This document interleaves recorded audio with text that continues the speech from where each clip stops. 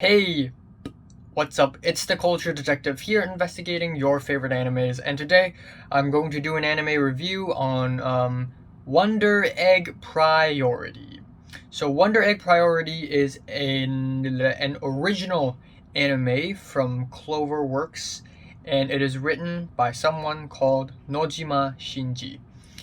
And it is released earlier this year in 2021, and it has caused a lot of noise.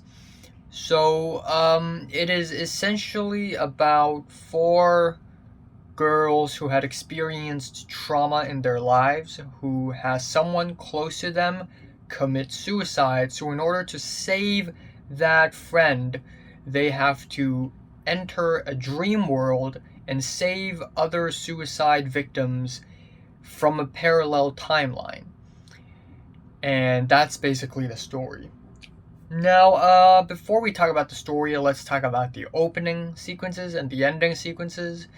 The opening sequence for Wonder Egg Priority is actually really good. I don't really care for the song. It's this really emotional, anthemic song that's supposed to be really touching, but visually it is quite stunning, and mainly because this anime broke one rule that a lot of animes do not break, and that is to show photos from real life, photos and videos from real life.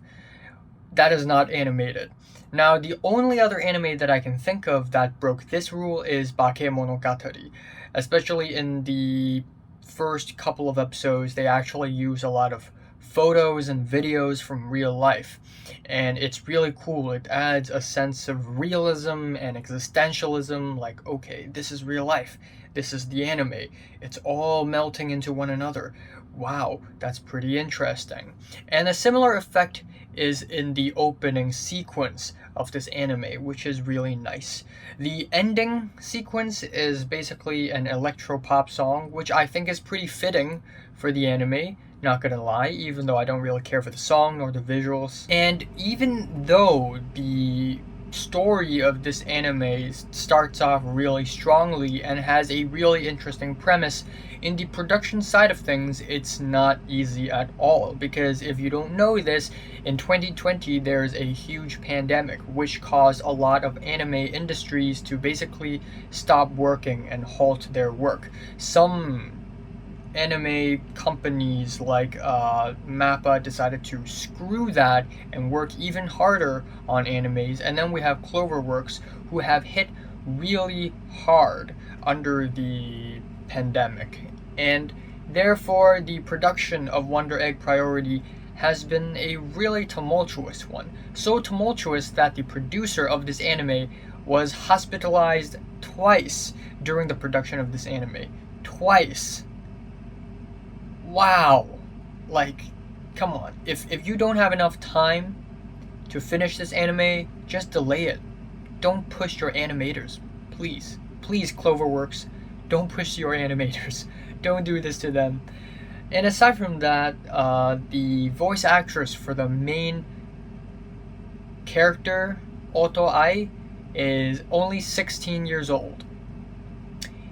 And everyone else around her are in their early 20s, which isn't really that huge of an age gap, but it's still a pretty big difference nonetheless. And that's pretty interesting. But anyways, back to the story of the anime itself. About four girls who had experienced some sort of trauma, maybe bullying, maybe some sort of abuse, but some sort of trauma nonetheless, and essentially trying to save another person who's committed suicide by saving other suicide victims from parallel timelines. Again, the premise is really interesting. Starting off, we have episode 1, and it is incredibly trippy. It's like watching a Darren Aronofsky film. It is very trippy. It has a lot of weird visual aesthetics, and it legit hooked me. I was already hooked on episode 1. Even though I don't know a lot about the world or the characters, at least it looks really freaking cool. And same applies for episode 2. Even though episode 2 is a little bit more slow paced, it's still pretty interesting. It still holds itself up pretty well. However, the more I watch this anime, the more I realize that this anime is actually more disappointing than I have thought it to be.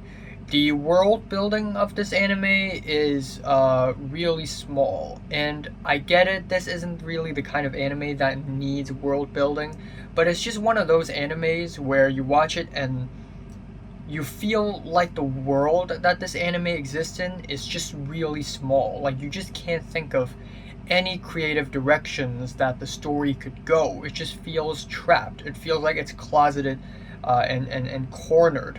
And another thing is that because of the very tumultuous production of this anime, a lot of these episodes feel like they're being put together by glue and tape. They are barely together. There is barely any structure to any storylines in this anime. In fact, a lot of the storylines in this anime are incomplete, they're very vague, they're insignificant, they mean nothing, or they're just really forgettable. And aside from that, there is a lot of action in this anime, where this is because every time a character has to save a suicide victim from the parallel timeline, essentially they have to save that victim from a bunch of small, jumping creatures with knives, and they represent the bullies, the abusers, the haters, and the reasons and the cause for that person's suicide. And then ultimately, in that dream world, there is a boss that they have to fight. And yeah, I guess that seems kind of interesting when you realize that there's no rhyme or reason or lore or logic to any of this. These things, the mechanics behind any of this are never explained, and that is fine if you're trying to go for something more experimental, something more psychological, which is what this anime tries to. Except, did it really achieve that? Not really. And aside from that, I really like it when a story focuses a lot on someone's psychology, someone's mind, on their thoughts and their feelings.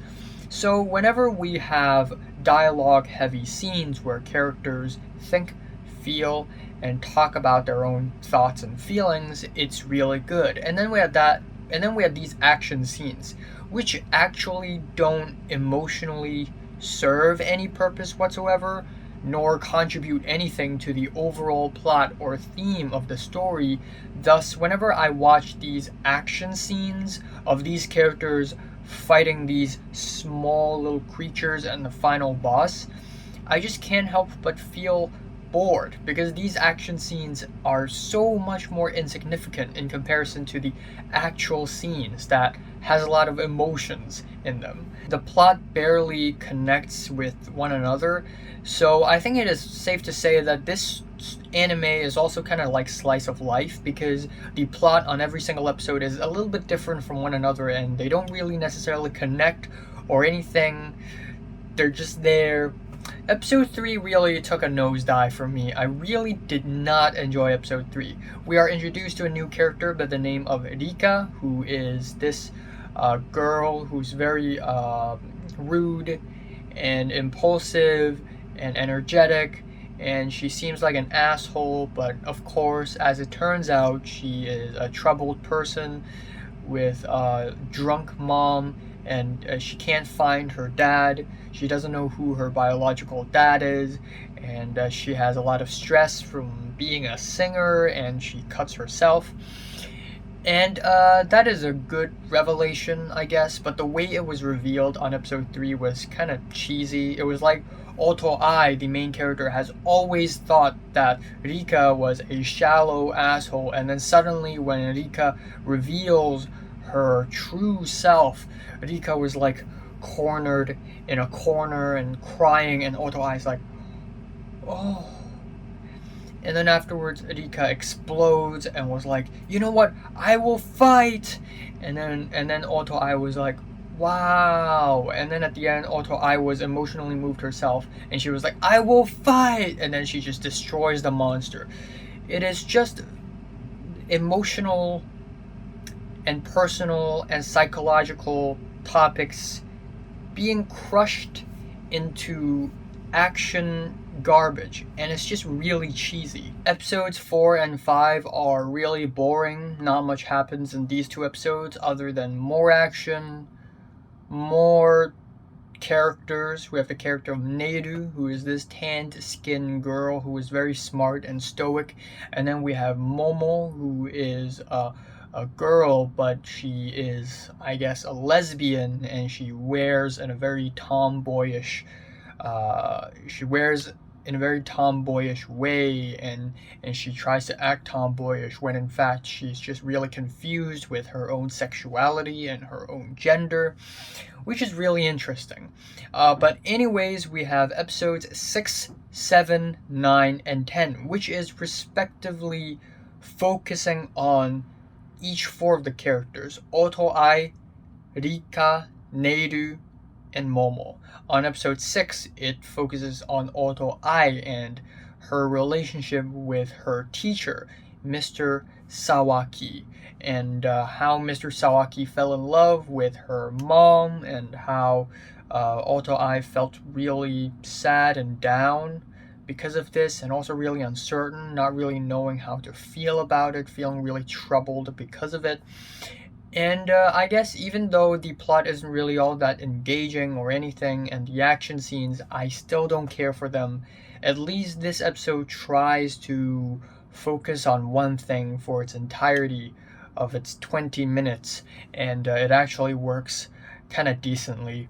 Similarly, we have episode 7, which is about Rika. This one is way more emotional because Rika feels, again, really sad and down and depressed because she doesn't know who her father is. She felt a strong sense of loss, a lack of belonging, and she felt lonely, not knowing who to speak to, not knowing who to express her thoughts and feelings to.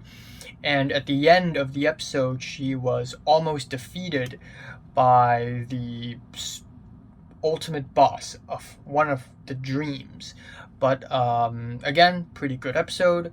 We have episode 9, which focuses on Neiru, and even though it is pretty consistent in that the entire episode is about Neiru, but it is so outlandish and so ridiculous. It just feels like an episode that doesn't fit in this anime at all. And also, what the heck is that ending? Why? Why? So, I'm not going to spoil much, but essentially on episode 9, Neiru was visited by an old friend inside a dream. And that old friend is currently in real life in a vegetative state. And that old friend essentially told Neiru to pull the life support. Again, there isn't really any rhyme or reason to the ending of that episode, but you can already tell how outlandish this episode is. We have episode 10, which is an episode about Momo, her sexuality, her gender. She enters a dream to save another suicide victim, and that suicide victim is also a girl who identifies herself as a boy, so kind of a transgender. And Momo then realizes her own gender and sexuality and accepts that she is actually a girl. And wow, I was actually quite surprised when I watched this episode, because I've never seen anything out of anime that is this progressive. I've never seen anything this progressive come out of an anime before. It is truly surprising, and I'm happy that the studio like Cloverworks would touch on topics like this. But anyways, we have episode 8, and I feel cheated. I feel cheated when I watch the episode, because the entire episode 8, the entire 23 minutes of episode 8 is just a recap. The whole thing is just a recap. Why? Why? My theory is that because of the production being so rough and tough, they actually didn't have time to make episode 9. So instead, they made episode 8 first, so that they could buy themselves more time to make episode 9. But yeah, episode 8 did not need to exist. It did not need to exist. And then we have episode 11, which is actually the most enjoyable episode of the entire season. Even though it felt really out of place, it is actually really enjoyable because the entire episode is one huge flashback of Aka and Ura Aka, who are apparently the creators of this Wonder Egg Priority thing. And there's this character called Frill. It is an AI, it is a girl, and she's really hateful, and apparently she's causing suicide with the temptation of death, which is really weird and illogical, but from a fantastical point of view, I guess this episode is still way more enjoyable than other episodes on the anime. Maybe it's because it's just so consistent, like we're not beating around the bush, we're directly in this flashback for the entire duration of the episode, and just the flashbacks alone, and we're actually engaged into the story because of the characters. And yeah, I guess there's that. And then we have episode 12, the final episode, and it doesn't really resolve anything. It doesn't really resolve any question raised by the previous episode. On episode 11, it was almost as if Frill was the villain, even though logically I don't think there should be a villain in this anime, but sure, why not? Frill was set up to be a villain. And then on episode 12, the plot didn't do anything about that. The plot, it's completely irrelevant. Where essentially on episode 12 we have Auto Eye basically going into a dream, and something really interesting happened, which is cool. That is an interesting concept. But again, it just totally does not resolve anything. It does not solve any questions raised on the previous episode. And I mean, it's not like they're in a rush to do it, but at least feel relevant to the previous episode. Anyways, the anime just ends there. And then afterwards, we have the OVA, which is 46 minutes long. It is a Wonder Egg Priority Special, and wow, it's got a 4.1 out of 10 in IMDb. Oh my goodness, what happened? So apparently in the OVA, the first 25 minutes is just a huge recap. Are you kidding me? Another 25 minutes of recap? As if we already not have a recap already? What? And then afterwards we have the OVA itself, and it is as confusing as ever. I mean, yeah, it does resolve one thing. So Auto Eye did all this to try to save her friend Koito, who committed suicide.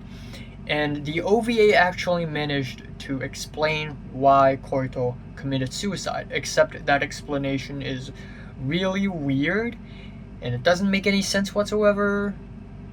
And also, the answer to that question isn't really all that significant anyways. The rest of the special is just really confusing. It's almost as if the writers of the show decided to pack all the ideas of season 2 into the final 10 minutes of the episode, with all these really illogical and left field and strange plot directions that really make no sense whatsoever. And I guess the anime just ends off like that, in the most strange and confusing way, and not even in a good way, just not really all that well written, kind of disappointing, actually really disappointing. And I'm just gonna, Wonder Egg Priority. I really went into this anime with high hopes. I really was hoping for something interesting, but I was left disappointed because a lot of the plot is inconsistent, they're shallow, a lot of the action scenes are just too cheesy for me to take it seriously. The last few episodes are really strange and outlandish, and then we have these recap episodes which I just don't care for at all. I think one Letterboxd review sums up this anime quite well, and that is Watching this anime is like waiting for an egg to hatch, except the egg doesn't hatch, but at least we still got an egg. And that's pretty much Wonder Egg Priority. Yeah, strong 6 out of 10. And I'm being generous here. So, have you watched Wonder Egg Priority? From 1 to 10, how much did you rate it? Like it, and subscribe if you want more. And thanks for watching.